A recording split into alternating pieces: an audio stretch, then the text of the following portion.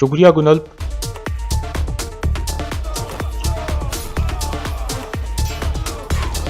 میری حفاظت کرو۔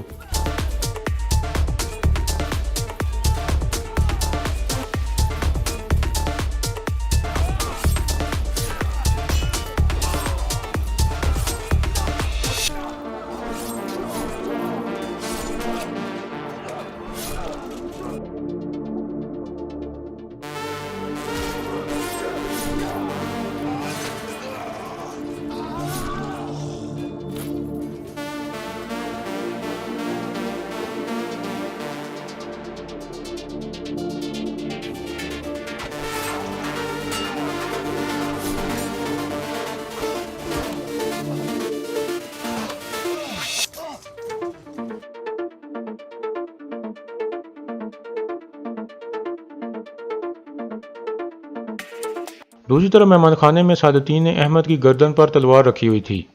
احمد کہتا ہے، رکو سعادتین، میری بات سنو۔ ارطغرل سوگٹ کی طرف گیا ہے۔ کریتوس اس کے لیے جال بچھا رہا ہے۔ کریتوس نے مجھے یہاں بھیجا ہے تاکہ وہ سوگٹ والا معاہدہ میں مکمل کر سکوں۔ ہم مل کر ارطغرل کو تباہ کر سکتے ہیں۔ سعادتین کہتا ہے، ارطغرل جائے جہنم میں۔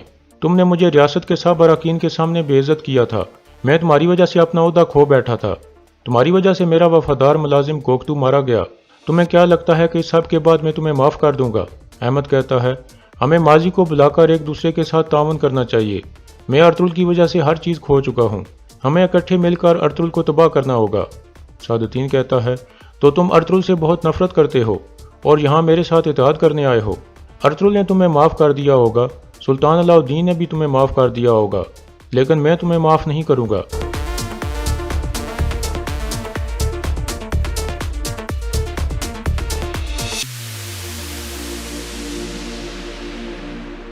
تمہارے مرنے کا وقت آ گیا ہے حارث۔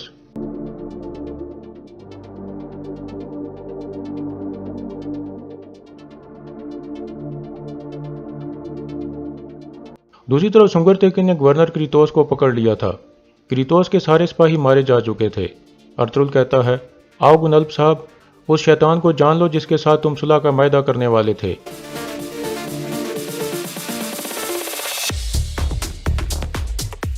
پھر ارطغرل دمرل سے پوچھتا ہے، ہمارے کوئی شہید ہیں دمرل؟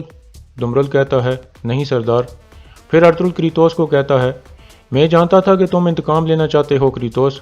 اب مجھے بتاؤ کہ امیر سعادتین نے کن شرائط پر تمہارے ساتھ اتحاد کیا ہے؟ کریتوس کہتا ہے، دونوں ریاستوں کے درمیان صلح قائم کرنے کے لیے ارطغرل صاحب۔ ارطغرل کہتا ہے، میں تم سے اس طرح کی بکواس سننے کے لیے یہاں نہیں کھڑا۔ بتاؤ مجھے، ایک ریاست سوگٹ جیسے اہم علاقے کو کیسے دوسری ریاست کو سونپ سکتی ہے؟ امیر سعادتین اس کے بدلے میں کیا چاہتا تھا؟ کیا وہ میرا سر چاہتا تھا؟ کریتوس کہتا ہے، امیر سعادتین اور میں تمہاری موت کے علاوہ کچھ نہیں چاہتے ارطغرل، کیونکہ تم مرنے کے بہت زیادہ حقدار ہو۔ امیر سعادتین صلح کے لیے نہیں بلکہ تمہارے سر کے لیے معاہدہ کرنا چاہتا تھا۔ یہ سن کر گنلپ کہتا ہے، تم امیری حضرت کے بارے میں جھوٹ بول رہے ہو کریتوس، کیونکہ تمہاری جان خطرے میں ہے۔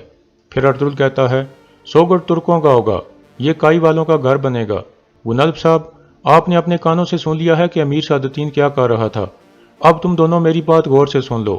سوگٹ میرا اور میرے قبیلے کا حق ہے، اسے کوئی بھی ہم سے نہیں چھین سکتا۔ ہم اپنی جڑیں یہاں گاڑیں گے، ہمارے بچے یہاں پروان چڑھیں گے۔ پھر ارطغرل گورنر کریتوس کو کہتا ہے، اب تم میری شرائط پر صلح کا معاہدہ کرو گے کریتوس، ورنہ میں تمہارا سر بلیجے قلعے کی دیواروں پر لٹکا دوں گا۔ پھر ارطغرل دمرل کو کہتا ہے، گورنر کو گرفتار کر لو، ہم قلعے واپس جا رہے ہیں۔ یہ سن کر دمرل اسے پکڑ لیتا ہے۔ پھر ارطغرل گنلپ سے پوچھتا ہے، آپ کچھ کہنا چاہتے ہو گنلپ صاحب؟ گنلپ کہتا ہے، آپ کی بہادری کے خلاف میرے پاس کوئی الفاظ نہیں ہیں ارطغرل صاحب، لیکن آپ یہ امید مت رکھنا کہ میں ان باتوں پر یقین کر لوں گا جو ابھی میں نے سنی ہیں۔ یہ سن کر ارطغرل مسکرانے لگتا ہے۔ دوسری طرف مہمان خانے میں سعادتین پر کچھ نقاب پوش آدمیوں نے حملہ کر دیا تھا۔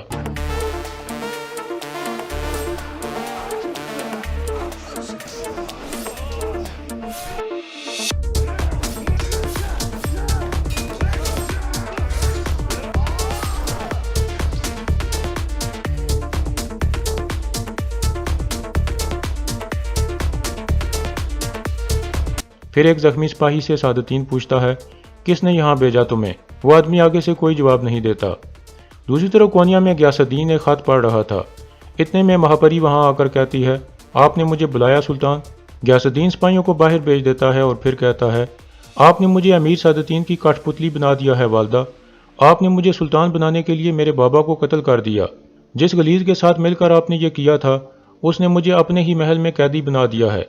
حتیٰ کہ جنگ پر جانے کے لیے بھی مجھے اس کی اجازت کی ضرورت ہے۔ ماہپری کہتی ہے، اگر ہم نے سعادتین کو قتل نہ کیا تو وہ ہمیں قتل کر دے گا۔ غیاث الدین کہتا ہے، یہ کیسے ہوگا والدہ؟ میں اس محل میں بالکل اکیلا ہو چکا ہوں۔ ارطغرل صاحب صحیح تھے، انہوں نے کہا تھا کہ میں صرف ایک کاغذی سلطان بن جاؤں گا اور کنٹرول دوسرے لوگوں کے ہاتھ میں ہوگا۔ ماہپری اس کے پاس بیٹھ کر کہتی ہے، کوپک مرے گا بیٹا، تاج الدین اسے قتل کرے گا، اس نے اپنے بہترین آدمی بھیج دیے ہیں۔ غیاث الدین پوچھتا ہے، اگر وہ ناکام ہو گیا تو پھر کیا ہوگا والدہ؟ ماہپری کہتی ہے، تو پھر میں اقرار کر لوں گی کہ میں نے تمہیں بیڑیوں کے آگے پھینک دیا ہے بیٹا، اگر ضرورت پڑی تو میں اپنے ہاتھوں سے اسے قتل کر دوں گی۔ دوسری طرف مہمان خانے میں سعادتین ایک آدمی سے پوچھ رہا تھا کہ تمہیں کس نے یہاں بھیجا ہے۔ اتنے میں سعادتین کا خاص آدمی کہتا ہے، میں اس آدمی کو جانتا ہوں، یہ امیر تاج الدین کے ساتھ کام کرتا ہے۔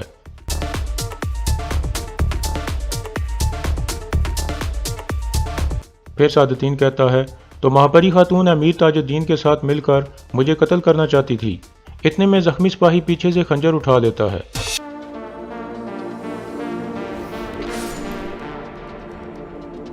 اس طرح احمد اس آدمی کو مار کر سعادتین کی جان بچا لیتا ہے اور پھر کہتا ہے، اگر میں تمہیں کوئی نقصان پہنچانے کا ارادہ رکھتا تو اس آدمی کو تمہیں قتل کرنے سے نہ روکتا۔ کیا تمہیں ابھی بھی مجھ پر اعتبار نہیں ہے کوپک؟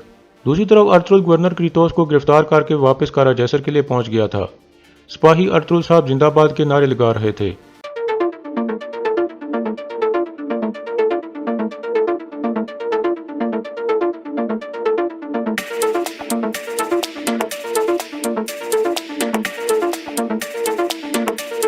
اسی دوران وہاں کچھ نئے سپاہی بھی کھڑے تھے۔ ارطغرل کہتا ہے، یہ آپ کے سپاہی نہیں لگتے گنلب صاحب۔ گنلب کہتا ہے، آپ صحیح کہہ رہے ہو ارطغرل صاحب، یہ میرے سپاہی نہیں ہیں۔ پھر وہ دونوں گھوڑوں سے اتر آتے ہیں۔ آئدموش کہتا ہے، یہ کونیا سے آئے ہیں ارطغرل صاحب، سلطان نے ایک فرمان جاری کیا ہے، قاصد فرمان پڑھو۔ یہ سن کر قاصد فرمان پڑھنے لگتا ہے۔ اس پر لکھا تھا، سلطان غیاث الدین حضرت کے حکم پر کارا جیسر قلعہ اور حاکم اعلیٰ کا عہدہ ارطغرل صاحب سے لے لیا گیا ہے اور اب قلعے دار اور حاکم اعلیٰ کا عہدہ گنلب صاحب کو دیا جاتا ہے۔ یہ کیا کہہ رہے ہو سردار؟ یہ آدمی کیا کہہ رہا ہے؟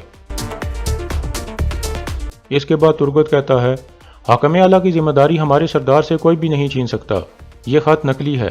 سپاہی کہتا ہے، اس خط پر سلطان کی مہر لگی ہے، جو کوئی بھی اس فرمان کے خلاف جائے گا اس کو سلطان کے خلاف غدار سمجھ کر لٹکا دیا جائے گا۔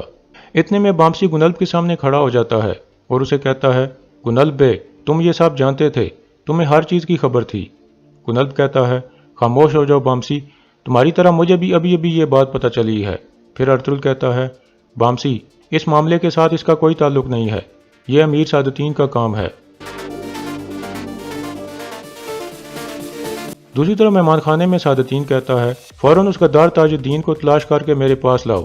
سعادتین کا خاص آدمی قائرالدہ کہتا ہے، میں جلد اسے لے آؤں گا امیری حضرت۔ پھر سعادتین کہتا ہے، گنلب کو خبر بھجوا کر یہاں بلاؤ، میں اسے ایک اہم ذمہ داری سونپنا چاہتا ہوں۔ یہ سن کر قائرالدہ باہر نکل جاتا ہے۔ پھر سعادتین احمد کو کہتا ہے، تم نے میری جان بچائی اور میرے ساتھ مل کر لڑے، میں تمہارے ساتھ بھی ایک معاہدہ کرتا ہوں، تم کریتوس کے ساتھ رہو، وقت آنے پر میں تمہیں تمہارا عہدہ واپس دلانے میں مدد کروں گا، لیکن پہلے تمہیں ارطغرل کو ختم کرنا ہوگا۔ احمد کہتا ہے، مجھے منظور ہے۔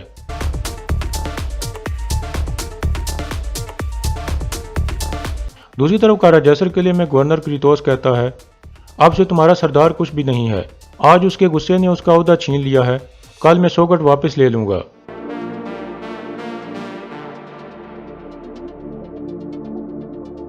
اتنے میں اندر سے آئدموش آ کر کہتا ہے، یہ کیا ہو رہا ہے؟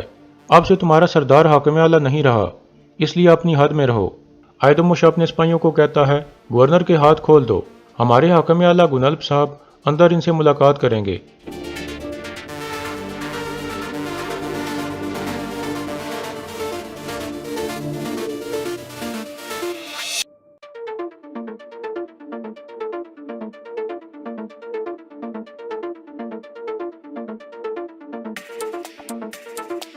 اور یہاں اس قسط کا اختتام ہو جاتا ہے۔